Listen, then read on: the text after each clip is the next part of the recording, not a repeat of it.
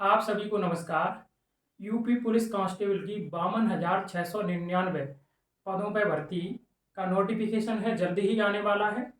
इसी को ध्यान में रखते हुए हम यूपी पुलिस कांस्टेबल भर्ती के पिछले साल के पेपरों की श्रृंखला चला चला रहे हैं, क्योंकि किसी भी परीक्षा में ही को पास करने के लिए उसके पिछले साल के उसी परीक्षा के पिछले साल के पेपरों का एक महत्वपूर्ण योगदान होता है। इससे पहले हम यूपी पुलिस कांस्टेबल भर्ती परीक्षा के 2009 के पेपर को सॉल्व करा चुके हैं।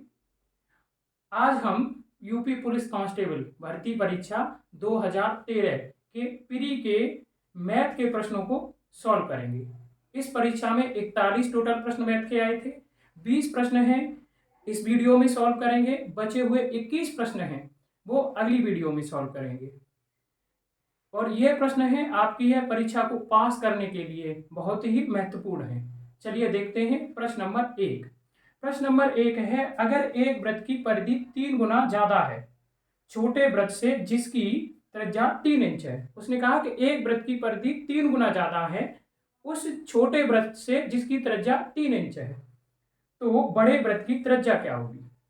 यह मेंसुरेशन का प्रश्न है। अब मैं बता दूं वृत्त के बारे में कि किसी भी वृत्त की त्रिज्या को आप दुगना करते हो तो उसकी परिधि भी दोगुनी होगी और पर व्यास भी दोगुना होगा। यानी कि किसी भी वृत्त की त्रिज्या को आप दोगुना करते हो या 3 गुना करते हो तो उसकी परिधि भी दोगुना होगी और व्यास भी दोगुना होगा। और अगर परिधि को आप दोगुना करते हो तो त्रिज्या भी दोगुनी होगी और व्यास भी दोगुना होगा। तो इसका मतलब ये है कि छोटे वृत्त की परिधि का बड़े वृत्त की परिधि कितनी है, 3 गुनी। तो त्रिज्या भी है बड़े वृत्त की छोटे वृत्त की त्रिज्या का कितना होगी, 3 गुना होगी। और छोटे वृत्त की जो त्रिज्या है वो कितनी है, 3 इंच है। छोटे वृत्त की जो त्रिज्या है वो 3 इंच है, तो बड़े वृत्त की त्रिज्या आपकी है कितनी होगी, सॉरी 2 इंच है। छोटे वृत्त की त्रिज्या है 2 इंच है, तो बड़े वृत्त की त्रिज्या होगी छोटे वृत्त की त्रिज्या का 3 गुना यानी कि 6 इंच होगी। बड़े वृत्त की त्रिज्या है 6 इंच होगी। तो प्रश्न नंबर 1 का जो उत्तर होगा वो होगा 6 इंच। ऑप्शन नंबर डी सही होगा। समझ आया होगा। चलिए देखते हैं प्रश्न नंबर है 2। प्रश्न नंबर 2 है, अगर 70 व्यक्ति 98 मीटर 98 यदि 70 व्यक्ति 98 मीटर लंबी दीवार को 6 दिन में बनाते हैं तो 40 व्यक्ति 12 दिन में कितनी मीटर लंबी दीवार बनाएंगे। तो ये प्रश्न टाइम एंड वर्क का है और फॉर्मूले पे आधारित प्रश्न है। फॉर्मूला है m1 और d1। अगर आपको कार्य दिया है तो कार्य होगा w1 और दूसरी तरफ होगा दूसरे वाले व्यक्ति m2 d2 और w2। इसी फॉर्मूले में आपको वैल्यू रख देनी है। टाइम एंड वर्क में एक ही ये फॉर्मूला है, m1 d1 बट्टे w1 m2 d2 बट्टे w2। m1 यानी कि पहले व्यक्ति कितने हैं, वो हैं 70 और दिन कितने दिन में दीवार को बनाते हैं, वो 6 दिन में। और कितने मीटर लंबी दीवार को बनाते हैं, वो बनाते हैं 98 मीटर लंबी दीवार को। अब आपको है दूसरे m2 कितने दे रखे हैं, कितने व्यक्ति अब कार्य पर लगे हैं, 40 व्यक्ति और कितने दिन में इस दीवार को है बना देते हैं, 12। यानी कि उसने ये कहा है तो 40 व्यक्ति 12 दिन में कितने मीटर लंबी दीवार बनाएंगे। तो 40 व्यक्ति हैं और d2 कितना हो जाएगा, 12 हो जाएगा और w2 आपको है बताना है। तो सॉल्व कर दो। सॉल्व करेंगे, 0 से ये 0 कैंसिल हो जाएगा, 6 से आप डिवाइड करोगे तो 6 दूनी 12, 6 दूनी 12 और 4 से वो 7 से इसे डिवाइड करोगे तो 14 सत्ते 98 होता है। w इधर आएगा तो ये जो निकल के आ जाएगा w2, इसे इधर लेके आएंगे और इसे आपका है इधर गुणा कर देंगे। तो इसे इधर गुणा करोगे तो 14 चौके आपका है कितना होगा 56 और साथ में ये 2 है तो 56 दूनी कितना हो जाएगा 112 मीटर। यानी कि यहाँ 2 है और ये है 4 है, 4 दूनी 8 और 14 अट्ठी कितना होता है 112। तो ये 12 दिनों में है 112 मीटर लंबी दीवार बनाएंगे। तो प्रश्न नंबर 2 का जो उत्तर होगा वो होगा ऑप्शन नंबर बी। प्रश्न नंबर 2 का जो उत्तर होगा वो ऑप्शन नंबर बी सही होगा। चलिए देखते हैं अगला प्रश्न, प्रश्न नंबर 3।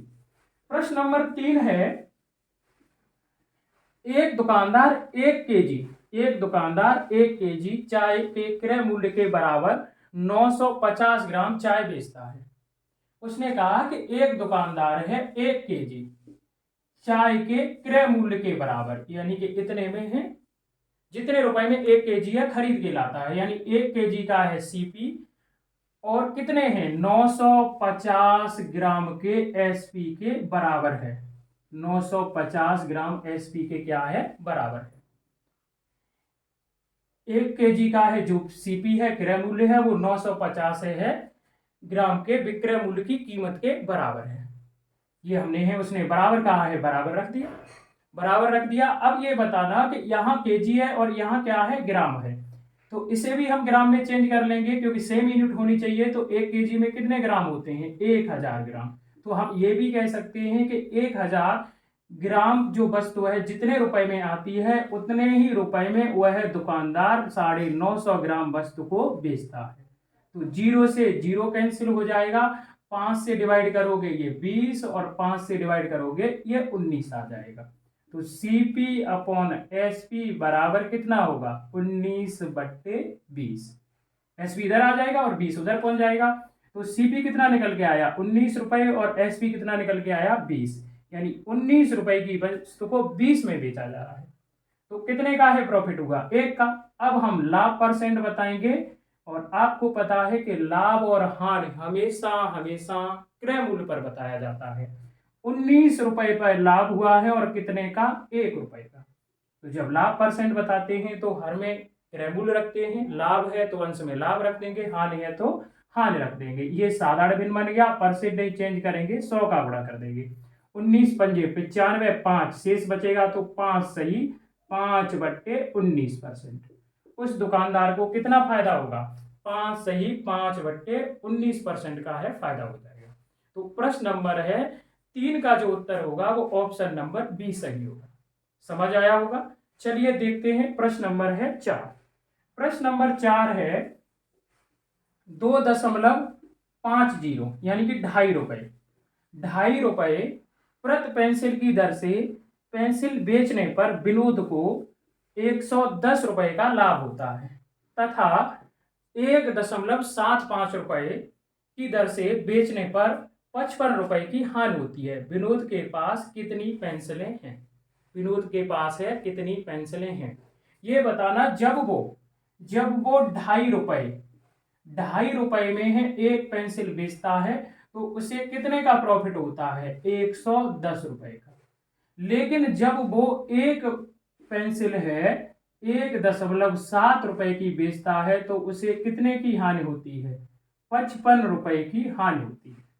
ये बताना कीमत देखी जाए तो कितनी कम की गई है इन दोनों का है कीमत में, प्रति वस्तु की कीमत में देखा जाए तो कितना डिफरेंस है। यहां डिफरेंस देखेंगे तो 2.5 से आप ये घटाओगे तो आ जाएगा 75 रुपए, 0.75 रुपए, यानी कि कीमत में है कितने का है अंतर आया या कितनी कीमत को है कम किया गया एक वस्तु पर है 0.75 रुपए। और कीमत करने की वजह से ये बताना जो लाभ में है, जो लाभ है वो किस में बदल गया हानि में। यानी कि अगर देखा जाए लाभ के रुपए में कितने का डिफरेंस आया, आप क्या करोगे इसे और इसे आप है ऐड कर दोगे। क्यों, क्योंकि इन दोनों को या डिफरेंस हम निकालेंगे तो ये प्लस है, आप डिफरेंस निकालोगे तो ये प्लस 110 है और ये -55 है। तो 110 से आप है इसे घटाओगे क्योंकि दो संख्याओं का जब हम अंतर निकालते हैं तो बड़ी से छोटी घटाते हैं। तो यहाँ डिफरेंस कितना आ जाएगा 165 रुपए, यानी कि यहाँ रुपए में कितने का चेंज हो गया 165 रुपए का चेंज हो गया जब एक वस्तु की कीमत में 0.575 का है चेंज किया गया।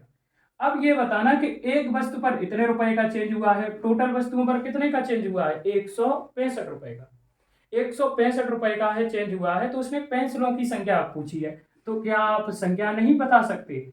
165 रुपए का परिवर्तन हुआ है और एक वस्तु पर कितना हुआ है 0.75 का।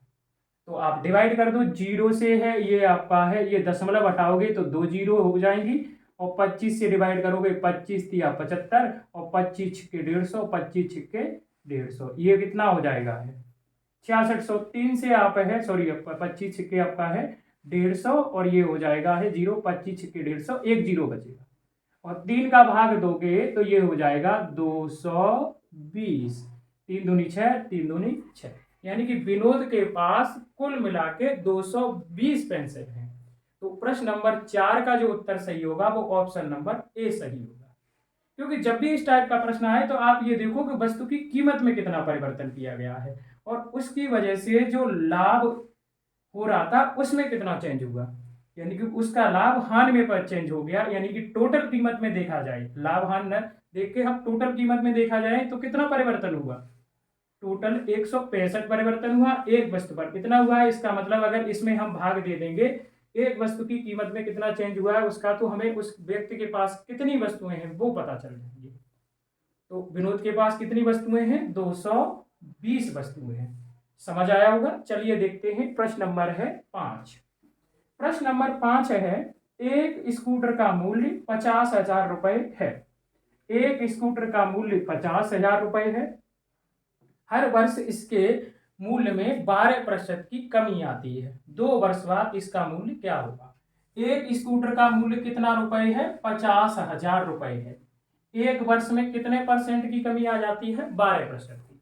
ठीक है, तो प्रतिशत का मतलब क्या होता है, किसी वस्तु का 100 परिमाण।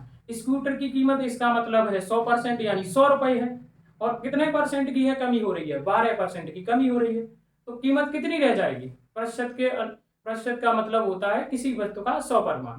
तो अगर 100% से आप 12 घटाओगे इसका मतलब ये है कि उस स्कूटर की कीमत में 12% की कमी होने पर है कितनी कीमत रह जाएगी, 88%। और आप 50,000 का 88% निकालोगे तो सीधा गुणा कर देंगे, ये निकल के आ जाएगा।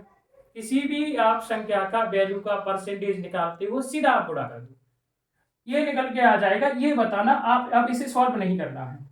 पहली आपका वर्ष है, कीमत घट के स्कूटर की इतनी रह जाएगी। अब दूसरी वर्ष फिर 12% की कमी हुई है, इसका मतलब ये है कि ये घटी हुई कीमत है, इसे ही 100% फिर उसने मान लिया। और जब इसे 100% मान लिया कि दूसरी वर्ष फिर 12% की कमी होगी तो कितना रह जाएगा, 88 बट्टे कितना होगा, 100। अब इसे सॉल्व कर लेंगे, 2 वर्ष हो गया। 3 वर्ष होता तो फिर आप करते 88 बट्टे 100। सॉल्व करेंगे, 0 से 0 कैंसिल, ये 0 कैंसिल। आप इसका गुणा करोगे तो 88 और 88 का गुणा करोगे और 5 का गुणा करोगे तो जो गुणनफल आ जाएगा वो निकल के आ जाएगा 38,720 रुपए। 38,720, क्योंकि 5 अट्ठे 40 जीरो और 5 अट्ठे 40 कितना हो जाएगा, 440। या फिर आप ऐसे कर सकते हो, देखो कैलकुलेशन में करना बता रहा हूं। 88 का वर्ग कितना होगा, 100 से बेस मानेंगे तो ये है 12 कम है, 12 का वर्ग मतलब है 44, एक हासिल हो जाएगी। अब इसे आप है क्या करोगे, घटा दो। 12 आप घटाओगे तो ये बताना, 12 आप है घटाएंगे तो इससे कितना बचेगा, जो बचेगा वो बचेगा कितना है, 12 घटाने पर 6 और ये है 76 और इसमें आप है एक क्या करोगे, जोड़ दोगे, कितना 77 है 44, ये 88 का वर्ग हो गया। इसमें 5 का गुणा करेंगे, 8 पंजे वो 5 चौके 20 हासिल 2, 5 चौके 20 आपका 2 हो जाएगा हासिल 2, 5 सत्ते 35 और ये है 2 37, 5 सत्ते 35 और 3 कितना हो जाएगा, ये है 38। तो इस 2 वर्ष बाद जो स्कूटर की कीमत रह जाएगी वो 38,720। प्रश्न नंबर 5 का जो उत्तर सही होगा वो ऑप्शन नंबर ए सही होगा। चलिए देखते हैं प्रश्न नंबर है 6। चलिए देखते हैं प्रश्न नंबर 6। प्रश्न नंबर 6 है, 1 से 50 तक की सभी प्राकृतिक संख्याओं का औसत क्या है। 1 से 50 तक की सभी प्राकृतिक संख्याओं का औसत क्या है। तो मैं आपको बता दूं कि प्रथम n, 1 से 50 तक की सभी नेचुरल नंबर का उसने एवरेज पूछा है। प्रथम n प्राकृतिक संख्याओं का जो है औसत होगा, संख्याओं का औसत, उसका जो फॉर्मूला होता है वो ये होता है n+1/2, n+1/2। प्रथम n प्राकृतिक संख्याओं का औसत का जो फॉर्मूला होता है वो n+1/2। n यहाँ जैसे है 1 से 50 तक की इस प्रश्न में है संख्याओं का औसत पूछा है तो n का मान यहाँ 50 होगा। अगर 1 से 100 तक की आपसे पूछता है तो n का मान है 100 होगा। तो आप रख दो n का मान इस प्रश्न में कितना 50 रखा जाएगा, तो 50 + 1/2 और ये हो जाएगा 51/2 और इसे भाग देंगे 2 का तो 25.5। यानी 1 से 50 तक की प्राकृतिक संख्याओं का जो औसत होगा वो कितना होगा 25.5। अगर आपसे है 1 से है 100 तक की संख्याओं का औसत पूछता तो n की जगह आप 100 ले लेते। प्रथम n प्राकृतिक संख्याओं का जो औसत होता है वो n + 1/2 या सीधा सीधा अंतिम संख्या में हम कह सकते हैं 1 जोड़ के 2 का भाग लेंगे। समझ आया? तो प्रश्न नंबर है 6 का जो उत्तर है वो ऑप्शन नंबर बी सही है। चलिए देखते हैं प्रश्न नंबर है 7। प्रश्न नंबर 7 है कि a, b और c की औसत आयु कितनी है 25 वर्ष है। कितनी है 25 वर्ष है। a, b और c की औसत आयु 25 वर्ष है। यदि a और b की औसत आयु 28 वर्ष है तो c की आयु बतानी है। आपको पता है कि अगर 10 संख्याओं का आपके पास औसत दे रखा है तो आप उनका योग निकालना चाहो तो 10 का गुणा कर देंगे। सीधा सीधा जब संख्याओं का आपके पास औसत हो और संख्याओं की संख्या आपके पास हो तो औसत में संख्याओं की संख्या का गुणा कर देते हैं, योग मिल जाएगा। तो यहाँ इन तीनों की आयु का जो औसत है वो कितना है 25 वर्ष और ये 3 लोग हैं। अगर मैं इस 25 में 3 का गुणा कर दूं तो इन तीनों की आयु का है योग नहीं आ जाएगा। इनकी एज का जो योग होगा सम होगा वो 75 वर्ष होगा। अब हमें दे किसका रखा है, हमें दे रखा है आगे ए और बी की आयु का है औसत दे रखा है। अब ये बताना ए और बी की आयु का औसत क्या है, वो 28 वर्ष है। इनकी आयु का जो औसत है वो 28 वर्ष है। इसका मतलब ये 2 लोग हैं तो 2 का गुणा कर देंगे। अगर औसत आपके पास है, संख्याओं की संख्या पता है तो गुणा कर देते हैं। तो ये कितना हो जाएगा है 56 वर्ष इन दोनों की आयु का योग होगा। आपसे पूछा क्या है सी की आयु पूछी है, तो आप इससे घटाओगे तो ये बताना क्या बचेगा, सी की आयु तो बचेगी 75 से आप 56 घटाना कितना आएगा 19 वर्ष। तो इसका मतलब ये है कि सी की जो आयु होगी वो कितनी होगी 19 वर्ष होगी। सिंपल सा प्रश्न है। हमने इन तीनों की आयु का औसत दे रखा था, 3 का गुणा कर दिया योग आ गया। 2 की आयु का है औसत दे रखा था, 2 का गुणा कर दिया, इन दोनों का योग आ गया। तीनों के योग से इन दोनों का योग घटाया, सी की आयु आ गई। तो प्रश्न नंबर 7 का जो उत्तर होगा वो ऑप्शन नंबर डी सही होगा। चलिए देखते हैं प्रश्न नंबर 8। प्रश्न नंबर 8 है एक परीक्षा में परीक्षार्थी को प्रत्येक सही उत्तर के लिए 5 अंक मिलते हैं। अगर वो सही प्रश्न करता है तो 5 अंक मिलेंगे तथा प्रत्येक गलत उत्तर के लिए 2 अंक काट लिए जाते हैं। यानी कि अगर सही प्रश्न करेगा तो +5 मिलेंगे और गलत करेगा तो -2 मिलेंगे। अगर उसने 120 प्रश्नों के उत्तर देकर 285 अंक प्राप्त किए तो उसने कितने प्रश्नों को सही उत्तर दिए।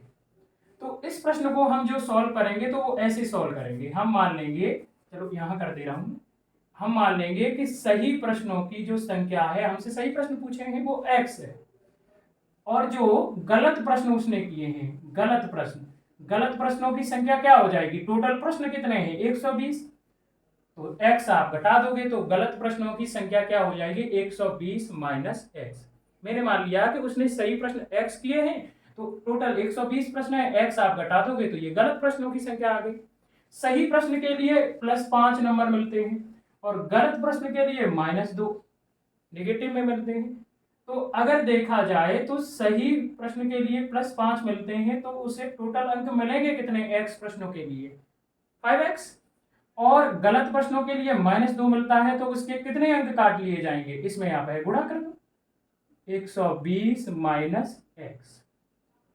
अब इन दोनों को आप ऐड करोगे तो ये बताना कितना हो जाएगा है 5x माइनस, देखो ये माइनस है तो माइनस ही रहेगा और माइनस का अंदर आप है 2 का गुणा करोगे तो ये कितना हो जाएगा 240 और ये माइनस माइनस क्या हो जाएगा प्लस, क्योंकि ये आपका है उसके है पॉजिटिव नंबर है और ये नेगेटिव है। इन दोनों को जोड़ दिया गया है तभी तो उसके प्रश्न टोटल है नंबर कितने आए हैं 285।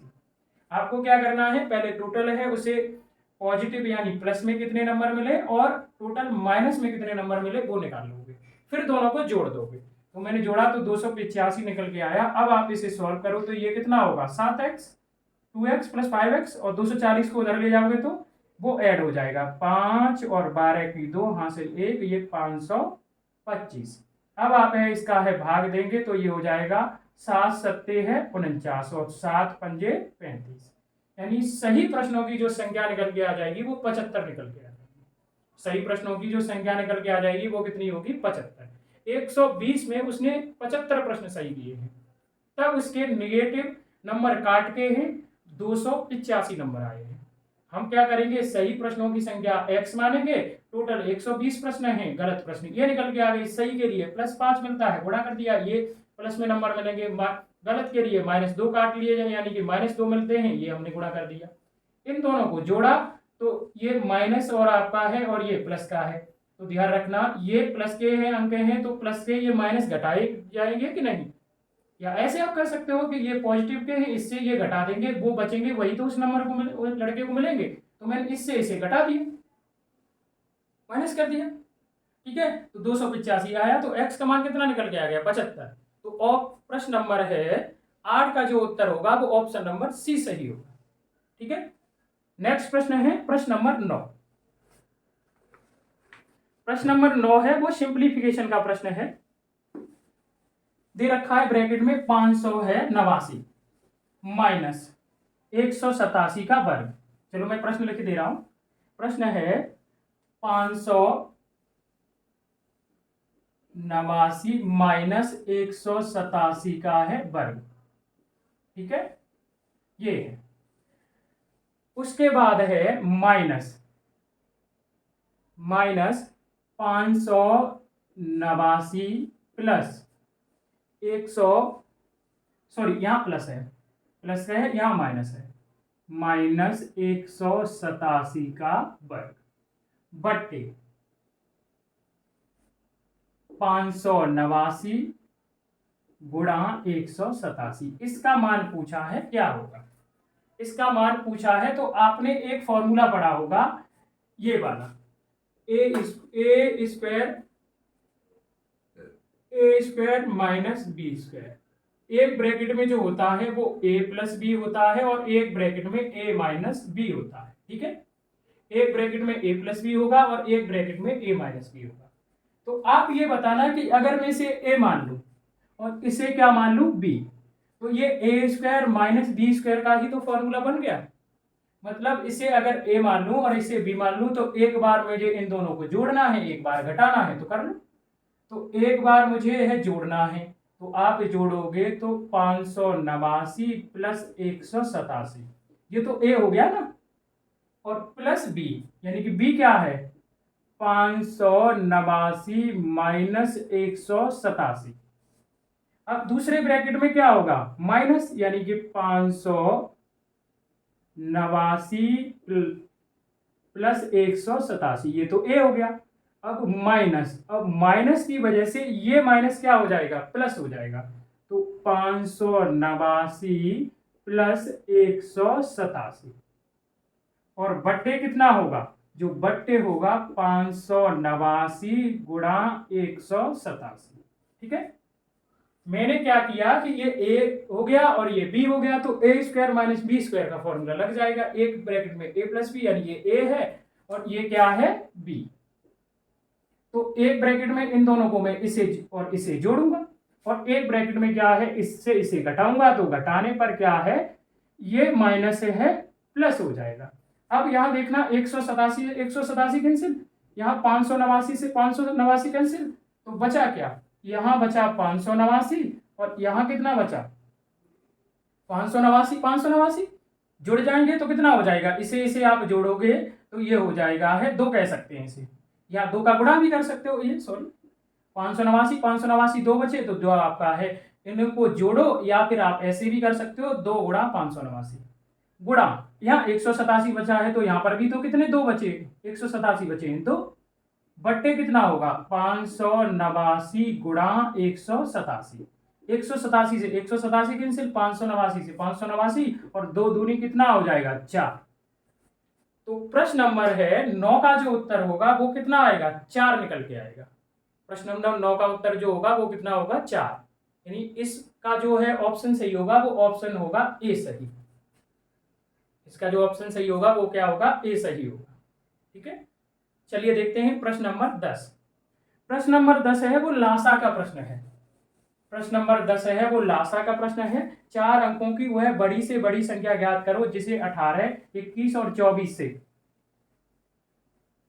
में से प्रत्येक से भाग देने पर शेष 7 बचे। 7 शेष बचे। 18 से भाग दें तब भी 7 शेष बचे, और 21 से भाग दें तब भी 7 शेष बचे, और 24 से भाग दें तब भी 7 ही शेष बचे।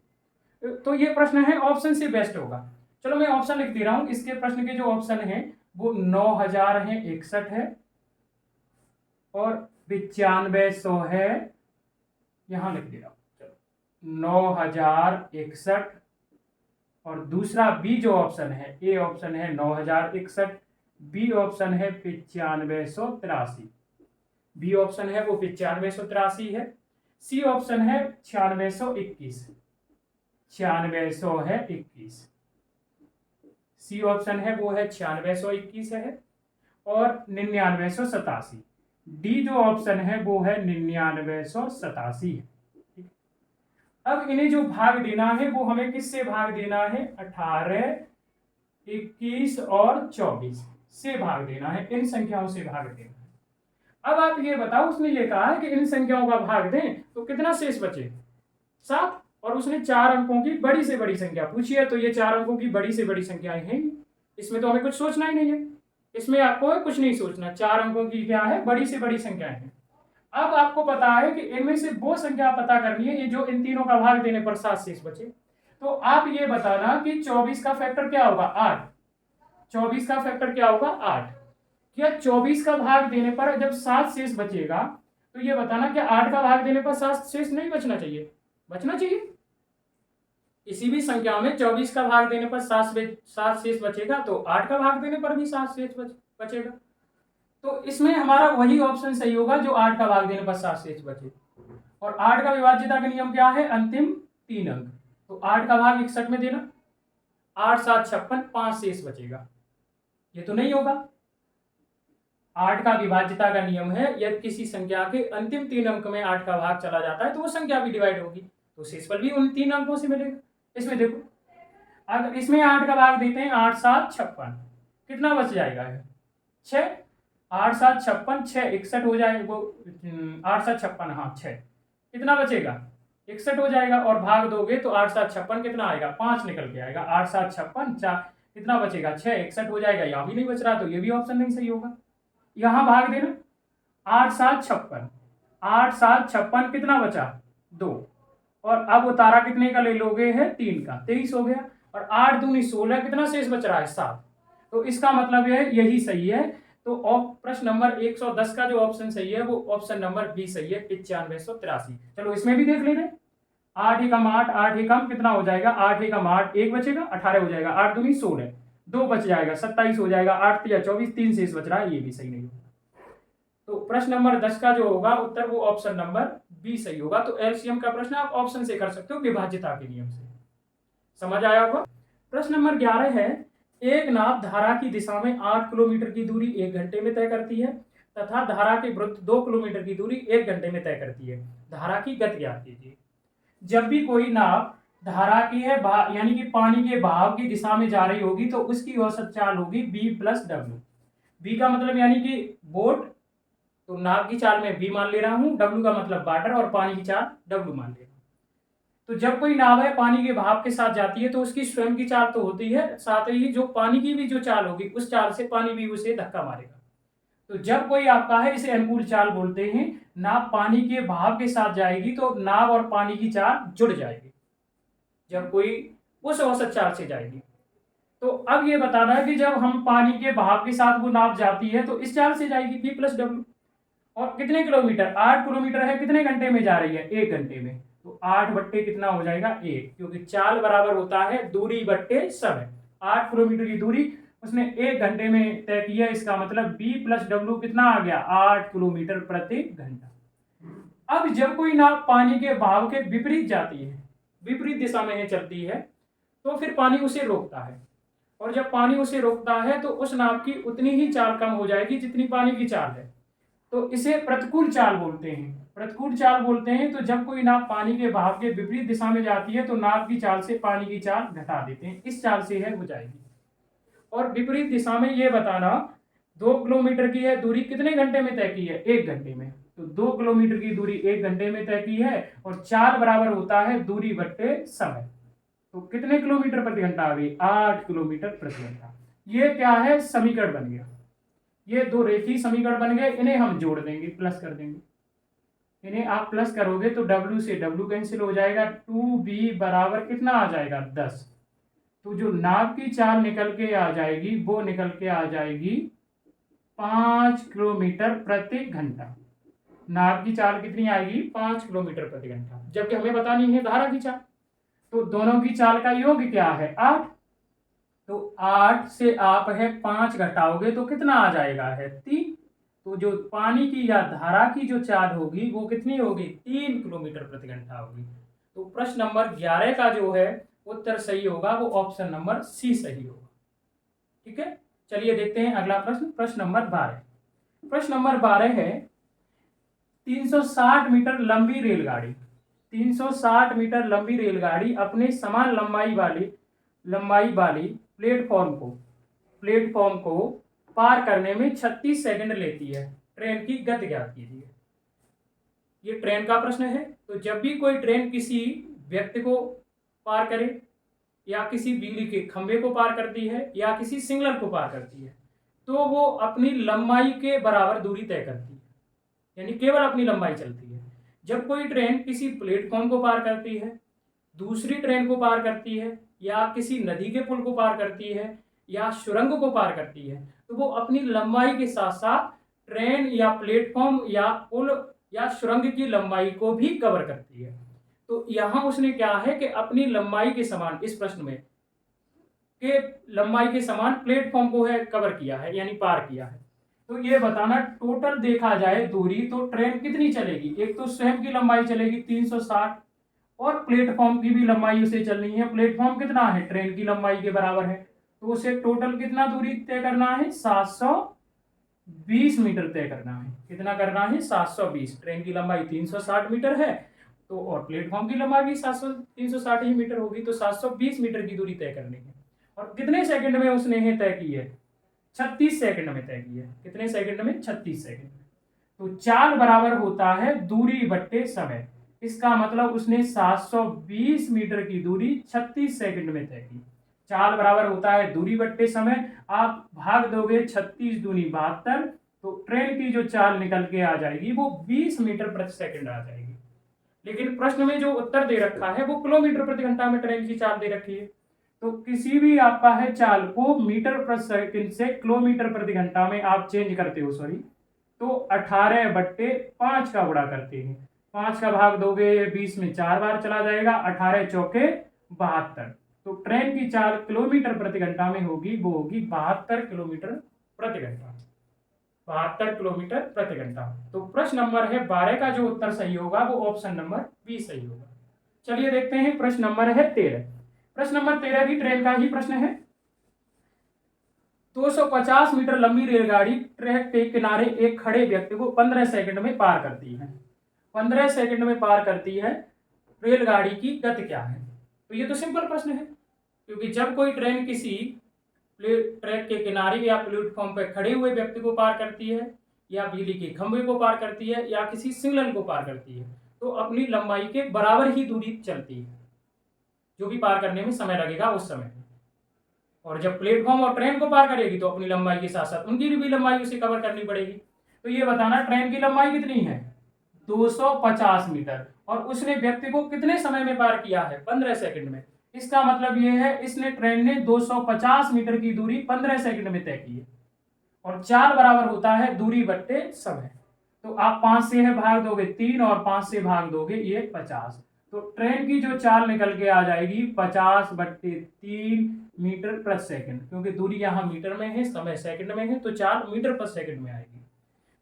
इस प्रश्न में भी है, उत्तर में किलोमीटर प्रति घंटा में चाल दे रखी है। और किसी भी चाल को किलोमीटर प्रति घंटा में चेंज करते हैं तो 18/5 का गुणा करते हैं, तो ये 10 बार डिवाइड होगा और 3 से डिवाइड करेंगे तो ये 6 बार डिवाइड हो जाएगा।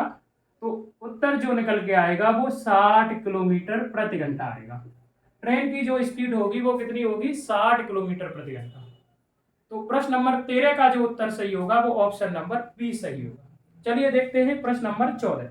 प्रश्न नंबर 14 है धातु की दो गोलाकार गेंदें ए तथा बी, ए और बी इस प्रकार हैं। धातु की दो गोलाकार गेंदें ए और बी इस प्रकार हैं। एक गेंद ए है और एक गेंद क्या है, बी है। ए और बी इस प्रकार हैं कि ए का व्यास बी के व्यास का दुगना है। ए का व्यास बी के व्यास का दुगना है। तो पिछले प्रश्न में, प्रश्न नंबर 1 में मैंने बताया था कि कोई गोला हो या वृत्त हो, कोई गोला हो या हो वृत्त। तो अगर व्यास को एक वृत्त का व्यास दूसरे व्यास का दुगना है तो एक वृत्त की त्रिज्या दूसरे वृत्त की त्रिज्या की दुगनी होगी। यदि आप किसी गोले का या वृत्त का, गोला तो 3D आकृति है, तो यदि किसी गोले का या वृत्त का आप व्यास को दुगना करते हो तो ध्यान रखना उसकी त्रिज्या भी दुगनी होगी, और अगर आप त्रिज्या को दुगना करते हो तो व्यास भी दुगना होगा। इसका मतलब ये है कि ए का व्यास बी के व्यास का कितना है, दुगना। तो मैं ये नहीं कह सकता कि ए की त्रिज्या बी की त्रिज्या की क्या होगी, दुगनी। तो ए और बी दोनों गोलों की त्रिज्याओं का रेशियो क्या होगा, 2:1। और जब भी आपको कभी भी बताना क्या है, इनके है आयतनों का अनुपात, तो दोनों के आयतनों का अनुपात बताना है। तो अब जब भी दो आकृतियों की, किसी दो ठोस आकृतियों की भुजाओं का रेशियो आपको मिल जाए और वॉल्यूम का रेशियो आपको बताना हो, और जैसे वो आकृति ठोस आकृति क्या हो, या तो घन हो या गोला हो, क्योंकि घन की भी भुजा है सिंगल एक होती है, गोले की त्रिज्या भी है सिंगल एक भुजा होती है। तो आप क्या करोगे, और वैसे भी आयतन क्या होता है, किसी भी आकृति की 3 भुजाओं का गुणनफल, और यहाँ गोले की त्रिज्या तो एक ही होती है, तो इसी का 3 बार गुणा कर देंगे, यानी कि इसका क्यू करेंगे तो कितना हो जाएगा, 2 का 8, और 1 का क्यू करेंगे 1 आ जाएगा।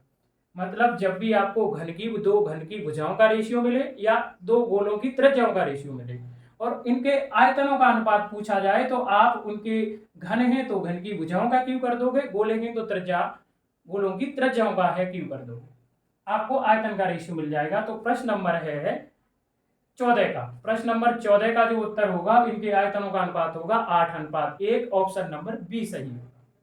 चलिए देखते हैं प्रश्न नंबर 15। प्रश्न नंबर 15 है यदि 35 घोड़ों के लिए 270 केजी अनाज 21 दिनों के लिए पर्याप्त हो तो 28 घोड़ों के लिए 180 केजी अनाज कितने दिनों के लिए पर्याप्त होगा। ये भी टाइम एंड वर्क का है प्रश्न है, और फॉर्मूले वाला जो पिछला प्रश्न है हो चुका है उसी टाइप का कि M1D1 बट्टे W1, यानी कि यहां आपका है W, वो क्या होगा, कार्य, वो होगा अनाज, और M2 और D2 बट्टे है W2, यहाँ कार्य आपका क्या होगा, वो होगा उसका है कितना अनाज आपका पर्याप्त है वो होगा। तो कितने घोड़े हैं, 35 घोड़े हैं, और कितने दिनों के लिए है भोजन है पर्याप्त, वो अनाज पर्याप्त है 21 दिनों के लिए, और अनाज की मात्रा क्या है, 270 केजी। ठीक है, यहाँ कार्य है वो होगा उनकी अनाज की मात्रा। दूसरे जो घोड़े हैं वो कितने हैं, वो हैं 28 घोड़े हैं, और कितने दिनों के लिए बोल रहा है, हाँ वहां अनाज दे रखा है D2 यानी दिन बताने हैं, कितना अनाज दे रखा है 180 केजी। तो इस प्रश्न में जो अनाज की मात्रा होगी वो एक कार्य होगा। अब आप इसे सॉल्व कर लो, 0 से है 0 कैंसिल हो जाएगा, 9 से डिवाइड करोगे 9 तिया 27, 9 दूनी 18, 3 से डिवाइड करोगे ये 7 बार डिवाइड होगा, और 2 से डिवाइड करोगे तो ये 14 बार डिवाइड होगा, और ये 2 आप है फिर 7 से डिवाइड करोगे तो कितना हो जाएगा, 2, कितना आ जाएगा 2। तो D2 जो निकल के आएगा वो कितना निकल के आएगा, यहाँ 2 बचा और यहाँ 35, तो 35 में है 2 का भाग दे दोगे 35 बट्टे 2 यानी कि 17.5 दिन। कितने दिन हो जाएंगे, 17.5 दिन। कितने दिनों के लिए पर्याप्त अनाज होगा, ये 17.5 दिनों के लिए पर्याप्त अनाज होगा। तो प्रश्न नंबर 15 का ऑप्शन सही होगा, वो ऑप्शन नंबर बी सही होगा। ठीक है, चलिए देखते हैं प्रश्न नंबर 16। प्रश्न नंबर 16 है एक कारीगर एम मिनट में एक्स वस्तुएं बनाता है, एम कैपिटल एम मिनट में एक्स वस्तुएं बनाता है, आधे घंटे में वह कितनी वस्तु बनाएगा। उसने कहा कि एक कारीगर है वो एम मिनट में है कितनी वस्तुएं बना देता है, एक्स वस्तु बना देता है एम मिनट में। तो मैं यहाँ क्या निकालूंगा कि 1 मिनट में निकाल लो कितनी वस्तु बनाएगा, 1 मिनट में कितनी वस्तु बनाएगा, एक्स बट्टे एम। कितना बनाएगा x/m। कितने मिनट का पूछा है, आधे घंटे में कितनी वस्तु बनाएगा, मतलब आधे घंटे का मतलब क्या हुआ 30 मिनट। आधे घंटे मतलब क्या हुआ 30 मिनट, क्योंकि एक घंटे में 60 मिनट होती हैं तो आधे घंटे में 30 मिनट होंगी। एक मिनट में ये इतनी वस्तुएं बनाता है तो 30 मिनट में कितनी बनाएगा, गुणा ही तो हम कर देंगे x/m। तो इसका उत्तर आ जाएगा 30x/m। कितनी वस्तुएं बनाएगा, 30x/m निकल के आ जाएगा, इतनी वस्तुएं बनाएगा। तो प्रश्न नंबर 16 का जो है उत्तर सही होगा वो ऑप्शन नंबर सी सही होगा। प्रश्न नंबर 16 का जो ऑप्शन सही होगा वो ऑप्शन नंबर सी होगा सही। चलिए देखते हैं प्रश्न नंबर है 17। प्रश्न नंबर 17 है किसी तार को एक वर्ग के आकार में मोड़ा जाता है तो वह 484 वर्ग सेंटीमीटर क्षेत्र का वर्ग बनता है, यानी कि एक वर्ग तार से बना दे तो उस वर्ग का क्षेत्रफल 484 वर्ग सेंटीमीटर होता है। अगर इसे वृत्त के आकार में मोड़ा गया तो वृत्त का क्षेत्रफल क्या होगा। आप ध्यान रखना, ये भी मेंसुरेशन का प्रश्न है। जब एक तार को मोड़ के कई आकृतियां बनाई जाए, एक तार को मोड़ के वर्ग बना दिया जाए, वृत्त बना दिया जाए, त्रिभुज बना दिया जाए, आयत बना दिया जाए, इन सभी आकृतियों के परिमाप समान होंगे। इन सभी आकृतियों के क्या है, परिमाप समान होंगे। ठीक है, इन सभी आकृतियों के क्या है, परिमाप समान होंगे हमेशा हमेशा। तो हम ये कह सकते हैं कि तार को मोड़ के वर्ग पहले बनाया गया जिसका क्षेत्रफल 484 वर्ग सेंटीमीटर है। अब उस तार को मोड़ के क्या है, वृत्त बना दिया गया और जिसका क्षेत्रफल आपको है बताना है। तो हम ये नहीं कह सकते कि वृत्त का यानी कि जो वर्ग का परिमाप, वर्ग का परिमाप क्या होता है 4a और वृत्त का परिमाप क्या होता है, परिमाप मतलब परिधि 2πr। सीधा है कि जब एक ही तार को मोड़ के कई आकृतियां बनाई जाए तो उनके परिमाप बराबर होंगे। तो यहां पर है एक इसी तार को मोड़ के वर्ग बनाया गया है, उसी तार को मोड़ के वृत्त बनाया गया, परिमाप बराबर होंगे। आप सॉल्व कर लो, 2 से ये कितने बार डिवाइड हो जाएगा है 2 बार। आप पाई का मान रख लो, पाई का मान रखोगे तो 22/7 होता है पाई का मान इंटू r। तो 2 से ये फिर डिवाइड हो जाएगा, कितना है 11 बार, और इसे इधर ले आओ तो a/r बराबर क्या होगा 11/7। a बट्टे आपका है r बराबर होगा 11/7, यानी कि वृत्त की आपका है भुजा और त्रिज्या का ये रेशियो होगा, यानी कि वर्ग की भुजा और वृत्त की त्रिज्या का ये रेशियो होगा। हमें क्या दे रखा है, वर्ग का क्षेत्रफल। हमें क्या दे रखा है, वर्ग का क्षेत्रफल। और वर्ग का क्षेत्रफल का फॉर्मूला क्या होता है a²। तो हमें a² का मान कितना दे रखा है 484 वर्ग सेंटीमीटर। कितना दे रखा है 484 वर्ग सेंटीमीटर। तो a का मान कितना होगा, वर्ग का क्षेत्रफल a² होता है तो ये किसका वर्ग है 22 का। 22 का वर्ग है कि नहीं 484। तो वर्ग की भुजा क्या होगी 22 सेंटीमीटर, और 22 सेंटीमीटर तो वृत्त की त्रिज्या कितनी होगी आप निकाल लो। 11 का मान कितना है 22 सेंटीमीटर है, ये रेशियो है हमारे पास, तो एक इकाई का मान कितना हो जाएगा है 2 सेंटीमीटर। तो वृत्त की त्रिज्या कितनी हो जाएगी 7 दूनी 14 सेंटीमीटर। वृत्त की त्रिज्या कितनी हो जाएगी 7 दूनी 14 सेंटीमीटर हो जाएगी। ठीक है, अब हमें बताना है वृत्त का क्षेत्रफल। तो वृत्त का क्षेत्रफल का फॉर्मूला होता है πr²। मतलब पाई का मान आप रखोगे 22/7, r² मतलब 14 गुणा 14, त्रिज्या 14 आपने निकाल ली और इसे 2 बार डिवाइड हो जाएगा, ये हो जाएगा 22 दूनी 44 और 44 और 14 चौके 56 और ये 14 चौके आपका है 56 और 5 कितना हो जाएगा है 61। तो जो वृत्त का क्षेत्रफल होगा वो 616 वर्ग सेंटीमीटर होगा। वृत्त का जो क्षेत्रफल होगा वो कितना होगा 616 वर्ग सेंटीमीटर होगा। तो प्रश्न नंबर है 17 का जो उत्तर सही होगा वो ऑप्शन नंबर बी सही होगा। 17 का है जो उत्तर सही होगा वो ऑप्शन नंबर बी सही होगा, 616 वर्ग सेंटीमीटर। आपको है समझ आया होगा। चलिए देखते हैं प्रश्न नंबर है 18। प्रश्न नंबर 18 है सीमा ने सेविंग बैंक खाते में 5,000 रुपए जमा किए। सीमा ने सेविंग बैंक खाते में 5,000 रुपए जमा किए। साधारण ब्याज की दर 4% प्रति वर्ष है। तो 2 सही 1/2 मतलब 2.5 वर्ष। 2.5 वर्ष बाद कितना मिश्र धन मिलेगा, मतलब 5,000 रुपए उसने बैंक में जमा किए और साधारण ब्याज की जो दर है वो 4% है और 2.5 वर्ष बाद उसे मिश्र धन यानी अमाउंट कितना मिलेगा वो बताना है। तो सिंपल प्रश्न है, सिंपल तरीके से कर दो। साधारण ब्याज का जो फॉर्मूला होता है SI बराबर होता है P/R/T/100। कोई आपका शॉर्ट ट्रिक लगाने की आवश्यकता नहीं है। तो पहले हम निकालेंगे कि सीमा को साधारण ब्याज कितना मिलेगा। 5,000 रुपये उसने मूलधन जमा किया है, ब्याज की दर 4% है, समय 2.5 वर्ष है। 2 सही 1/2 को ऐसे भी आप लिख सकते हो। बट्टे कितना हो जाएगा 100, ये 0। अब इस 0 से ये दशमलव हट जाएगा। 25 आपका है, इसका उसका गुणा करोगे 4 पंजे 20 और 5 दूनी 25 दूनी 50, ये वो निकल के आ गया। तो सीमा को है 2.5 वर्ष में कितना साधारण ब्याज मिलेगा 500 रुपए। और मिश्र धन अमाउंट बराबर क्या होता है, मिश्र धन बराबर होता है मूलधन गुणा मूलधन प्लस ब्याज। मिश्र धन होता है मूलधन और ब्याज का योग होता है। तो आप जोड़ दो तो उसे 2.5 वर्ष बाद टोटल 5500 रुपए मिलेंगे। उसे 2.5 वर्ष बाद कितने रुपए मिलेंगे 5500 रुपए मिलेंगे। तो प्रश्न नंबर 18 का जो ऑप्शन सही होगा वो ऑप्शन नंबर सी सही होगा। चलिए देखते हैं प्रश्न नंबर 19।